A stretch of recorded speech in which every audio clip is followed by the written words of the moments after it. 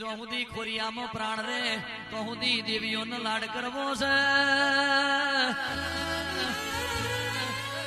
કોકના વાંચે લખે મળે, કોઈને ડિગરીએ મળે, પણ વાંચવા લખવાનું ડિગરીઓ બધું ફાઇલમાં પડી રહ્યું અને ગાવામાં મારી પેઢી બોધી દીધી મારી ભાઈ શારણ બોલો, શારણ બોલો.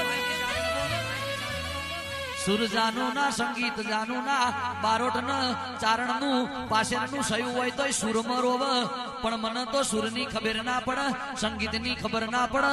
આ દુનિયામાં ચમનો ચાલી ગયો એ તો મારી ચહેરભાઈ જોણ.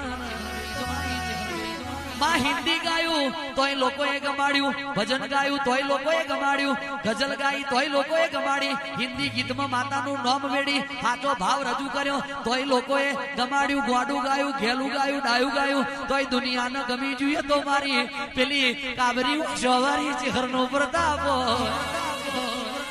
બાકી રોજ રાત પડે અને ડમ્બરના રોડ જોડે યુદ્ધ કરવાનું. આજે આ જિલ્લો ને કાલે પેલો જિલ્લો, મોણસે મતો જુદો જુદો હોય, મોણહના મને મન વર્તીને વાતો કરવાની, કોઈને માઠું ના લાગે ની ભોન રાખે એ તો મારી કાબરી હોશવારી ચહેરો.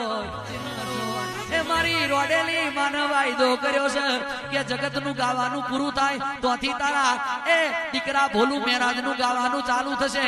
તારો ભોલો જે ભાષામાં ગાશે એ રેગડીના ફીંડમાં દુનિયાનો જાગરીઓ પહોંચી ન રહે એવું હું તારા રંડાપાની માતા બોલું છું. હું ચેહરભાઈ દોડ આપું અને દોઢ ઘઉંની વાટે જતો રે. 5 લાખની મેદની 500 ભુવા હવા હો ગાનારા હાડી જહ જોહંત્રી બેઠા હોય, હવા હો ડાચણ બેઠી હોય અને તારો ભોલિયો રાતના 10 વાગે આવો કે એટલે મારા ફેદી ના મારું. હવા હો મોર ટવકઈ ના ટવકું તો મેરાજ વાહજીની માતા નહીં